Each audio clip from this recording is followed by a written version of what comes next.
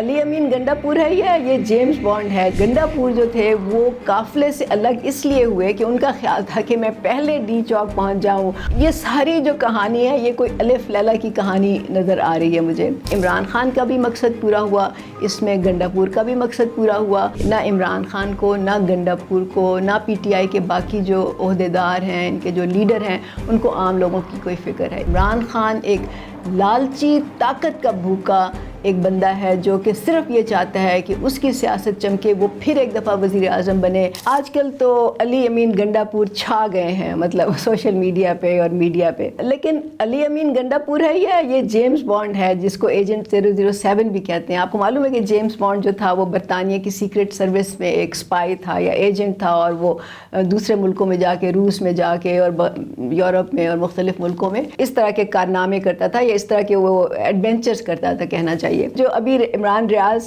خان نے جو ایک اپنا ویلاگ کیا ہے اور اس میں انہوں نے یہ کہانی بتائی ہے، تو میں آپ کو وہ بتاتی ہوں، تو آپ یہ دیکھ لیں کہ یہ گنڈاپور تو مجھے نہیں لگ رہی ہے، تو کسی فلم کا جو ہے ایک کیریکٹر لگ رہا ہے. اور مجھے لگتا ہے کہ گنڈاپور کو جو ہے وہ ایکچولی فلم کا اسکرپٹ لکھنا چاہیے، فلم کے ڈائلاگ لکھنے چاہیے. عمران ریاض خان نے یہ کہا کہ میں نے گنڈاپور سے سوال جواب کیے، تو ان کے مطابق گنڈاپور جو تھے وہ قافلے سے الگ اس لیے ہوئے کہ ان کا خیال تھا کہ میں پہلے ڈی چوک پہنچ جاؤں اور پھر میں وہاں سے خطاب بھی کر لوں، جو وہ کلیم کر رہے ہیں کہ میں نے کیا بھی، جس کا کوئی ثبوت نہیں ہے، تاکہ جب بڑا قافلہ آئے تو ان کے لیے راستہ ہموار ہو چکا ہو. لیکن اس کا کوئی ثبوت نہیں ہے. اور دوسرا یہ کہ یہ بڑا قافلہ جو پیچھے آ رہا تھا اس کو کوئی لیڈ نہیں کر رہا تھا. اچھا، اس کے بعد انہوں نے یہ کہا کہ میں وہاں سے نکل کے تو میں کے پی ہاؤس میں گیا. کے پی ہاؤس میں وہ کیوں گئے، وہاں پہ انتظار کیوں نہیں کیا انہوں نے قافلے کا، اس کا کوئی جواب نہیں ہے. اچھا، وہاں پہ یہ گئے، ان کو گرفتاری کا فکر تھا یا خوف تھا. یہ جب پہنچے تو وہاں پہ پولیس نے اور رینجرز نے حملہ کر دیا یا دھاوا بول دیا اور ان کو گرفتار کرنے کے لیے وہ آئے.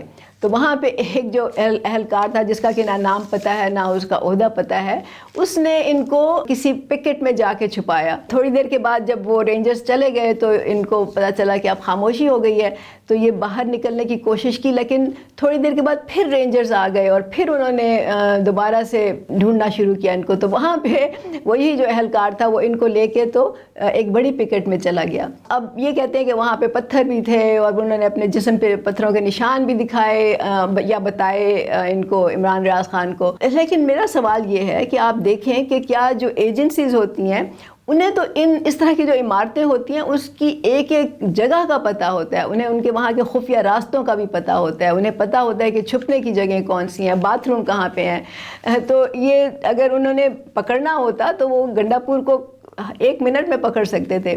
تو یا تو وہ پکڑنا نہیں چاہتے تھے یا گنڈاپور نے یہ سارا جھوٹ بولا ہے. تو اس کے بعد کیا ہوا کہ جب دوسری بار بھی یہ لوگ چلے گئے تو گنڈاپور پھر نیچے آئے، انہوں نے کپڑے بدلے اور پھر اس کے بعد انہوں نے وہاں پہ کوئی گاڑی پی ٹی آئی کی پھر رہی تھی، انہوں نے کہا کہ میں نکلتا ہوں اور پھر گاڑی کو کہو وہ آس پاس رہے تاکہ جب مجھے ضرورت پڑے گی تو میں گاڑی کو بلا لوں گا. پھر انہوں نے کہا کہ میں پیچیدہ راستوں سے، پہاڑوں پہ، ٹریلز پہ چڑھتے چڑھتے بہت ہی مشکل راستوں سے گزرتا ہوا میں کہیں پہاڑی پہ پہنچا، اور پھر وہاں پہ انہوں نے ایک پتھر پھینکا گاڑی کو بلانے کے لیے. گاڑی آئی اور یہ اس میں بیٹھ کے اور فرار ہو گئے. اب یہ جب فرار ہوئے ہیں تو عمران ریاض خان کے مطابق یہ ایسے راستوں سے گئے جو کہ کے پی سے گزرتے تھے. لیکن جب یہ ہری پور پہنچے تو کہنے لگے وہاں پہ تو عمر ایوب صاحب ہیں جن کا گڑھ ہے وہاں پہ، انہوں نے ان کو اطلاع نہیں دی. پھر اس کے بعد سوات سے گزرے، یہ سوات میں انہوں نے الیکشنز میں کلین سویپ کیا ہے ان کے مطابق. تو وہاں پہ بھی یہ نہیں رکے، کسی کو اطلاع نہیں دی انہوں نے، کیونکہ ظاہر ہے کہ وہاں پہ اگر یہ بتاتے تو لوگ ان کے ارد گرد جمع ہو جاتے اور بات چیت ہوتی ان سے اور یہ اپنا موقف ان کو بتا سکتے تھے. لیکن انہوں نے یہ نہیں کیا. اور پھر اس کے بعد جو ہے وہ یہ اسمبلی میں پہنچے، پشاور پہنچ کے. یہ کے پی اسمبلی کا اجلاس پہلے سے ہی چل رہا تھا اور یہ وہاں پہ پہنچ کے انہوں نے اس سے خطاب کیا. یہ ساری جو کہانی ہے یہ کوئی الف لیلا کی کہانی نظر آ رہی ہے مجھے. اب اس میں جو کچھ بھی ہوا، لیکن ایک بات کا میں کریڈٹ اس کو دیتی ہوں گنڈاپور کو کہ اس کا مقصد پورا ہو گیا. اس کا مقصد کیا تھا؟ اس کا مقصد یہ تھا کہ وہ خبروں میں رہے، وہ انتشار پیدا کرے، وہ ہیڈ لائنز میں رہے، اسی کی بات ہو، ہر جگہ اسی کی بات ہو، چاہے وہ سوشل میڈیا ہے، چاہے وہ یوٹیوب ہے، چاہے وہ تجزیہ کار ہیں، چاہے وہ ہیڈ لائنز ہیں، چاہے وہ صحافی ہیں. بس ہر طرف گنڈاپور گنڈاپور گنڈاپور کی بات ہو رہی ہو. اور جب یہ ہوگی تو ظاہر ہے کہ پی ٹی آئی کی بات بھی ہوگی اور ظاہر ہے کہ پی ٹی آئی کے ساتھ عمران خان کی بھی بات ہوگی، تو اس میں عمران خان کا بھی مقصد پورا ہوا، اس میں گنڈا پور کا بھی مقصد پورا ہوا، اور اس سے ایک وہ انتشار اور فساد کی صورتحال پیدا ہوئی جو کہ پی ٹی آئی کا اور عمران خان کا ایک سٹرونگ پوائنٹ ہے. مطلب ان کی تو سیاست ہی اسی پہ چلتی ہے کہ وہ ہر وقت جو ہے وہ ایک انتشار پیدا کریں، ہر وقت وہ فساد پیدا کریں، ہر وقت وہ ایک نیا بیانیہ لے کے آئیں. تو اس میں وہ کامیاب ہو گئے. لیکن گنڈا پور کو یہ بھی کریڈٹ دینا چاہیے کہ ان کو معلوم تھا کہ اگر وہ یہ نہیں کریں گے تو شاید عمران خان اس کو چیف منسٹری سے ہٹا دے، اور اگر وہ یہ کریں گے تو یہ بھی ہو سکتا تھا کہ اسٹیبلشمنٹ ان کا پھر سافٹ ویئر اپڈیٹ کرنے کے لیے ان کو بلا لے، اور پھر ظاہر ہے آپ کو معلوم ہے وہاں پہ جو کچھ بھی ہوتا ہے. تو گنڈا پور اس لحاظ سے بھی کامیاب ہو گئے. تو اس بات کا تو کریڈٹ گنڈا پور کو دینا چاہیے. اصل بات یہ ہے کہ جو کچھ بھی ہوا اس کے لیے اصل جو اس میں سے نکلتا ہے نا، جو میسج ہے یا جو سبق سیکھنا چاہیے لوگوں کو، وہ یہ ہے کہ نہ عمران خان کو، نہ گنڈا پور کو، نہ پی ٹی آئی کے باقی جو عہدیدار ہیں، ان کے جو لیڈر ہیں، ان کو عام لوگوں کی کوئی فکر ہے. ان کی بلا سے عام لوگ جو ہیں وہ مریں، گریں، جیلوں میں جائیں، زخمی ہوں، جو کچھ بھی ہو، ان کی بات چلتی رہے، ان کا بول بالا ہو.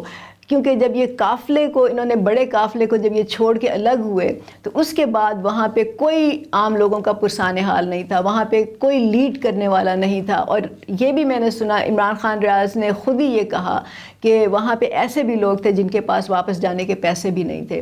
تو انہوں نے تو عام لوگوں کے ساتھ یہ سلوک کیا ہے.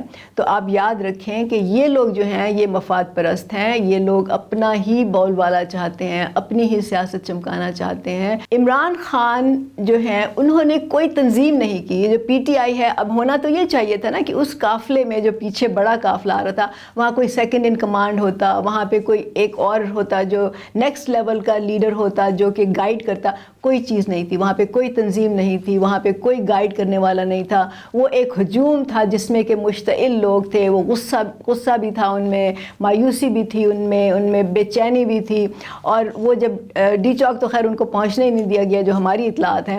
اس سے بھی بڑا سوال میرے سامنے آتا ہے، وہ یہ کہ ابھی تک لوگوں کو عمران خان کی سمجھ کیوں نہیں آ رہی. مطلب وہ کیوں سمجھتے ہیں کہ یہ جو باقی لوگ ہیں جو مفاد پرست ہیں، چاہے اس میں وکیل ہیں، چاہے یہ باقی لیڈر ہیں، یہ سارے قصوروار ہیں جو کہ نہ جلسوں میں آ رہے ہیں نہ دھرنوں میں آ رہے ہیں، اور عمران خان جو ہے وہ بس سچا ہے. اب یہ کیوں نہیں سمجھتے کہ یہ عمران خان کے اپنے چنے ہوئے لوگ ہیں. یہ عمران خان نے خود ان کو لیڈرشپ دی ہوئی ہے، عمران خان نے خود ان کو عہدوں پہ رکھا ہوا ہے، کیونکہ وہ چاہتا ہی یہ ہے کہ ایسے ہی لوگ پارٹی میں آئیں، ایسے ہی لوگ پارٹی کا فیس بنیں، ایسے ہی لوگ پارٹی کو ریپرزینٹ کریں. جن کو جو ریپرزینٹ پارٹی کو نہ کریں، وہ عام لوگوں کو ریپرزینٹ نہ کریں، وہ صرف عمران خان کو ریپرزینٹ کریں، عمران خان کا فائدہ ان کی نظر میں ہو، عمران خان کی سیاست کو وہ فائدہ پہنچائیں.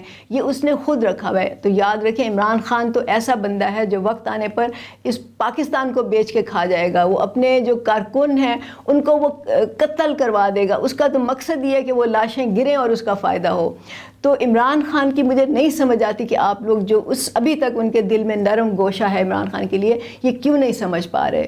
تو اب آپ کو وہ کہتے ہیں نا شتر مرغ ریت میں اپنا سر دباتا ہے اور سمجھتا ہے کہ طوفان نہیں ہے آس پاس. آپ اس سٹیج سے گزریں، اس سے نکلیں، حقیقت کا جائزہ لیں، ریالٹی کو فیس کریں اور یہ دیکھیں کہ عمران خان کس طرح کا بندہ ہے. آپ یاد رکھیں عمران خان ایک لالچی، طاقت کا بھوکا ایک بندہ ہے جو کہ صرف یہ چاہتا ہے کہ اس کی سیاست چمکے، وہ پھر ایک دفعہ وزیر اعظم بنے اور اس کا ہی بس نام ہو، اس کی انا کی تسکین ہو. وہ ایک ایسا بندہ ہے اور اس کے لیے وہ لاشیں گرانے کو بھی تیار ہے. یہ جو سارا جو اس وقت چل رہا ہے، کبھی ایک جگہ جھگڑا ہو رہا ہے، کبھی دوسری جگہ ان کا دھرنا ہو رہا ہے، کبھی کہیں پہ کال آ رہی ہے اور ایسے وقت میں آ رہی ہے جبکہ باہر کے مہمان شامل ہیں.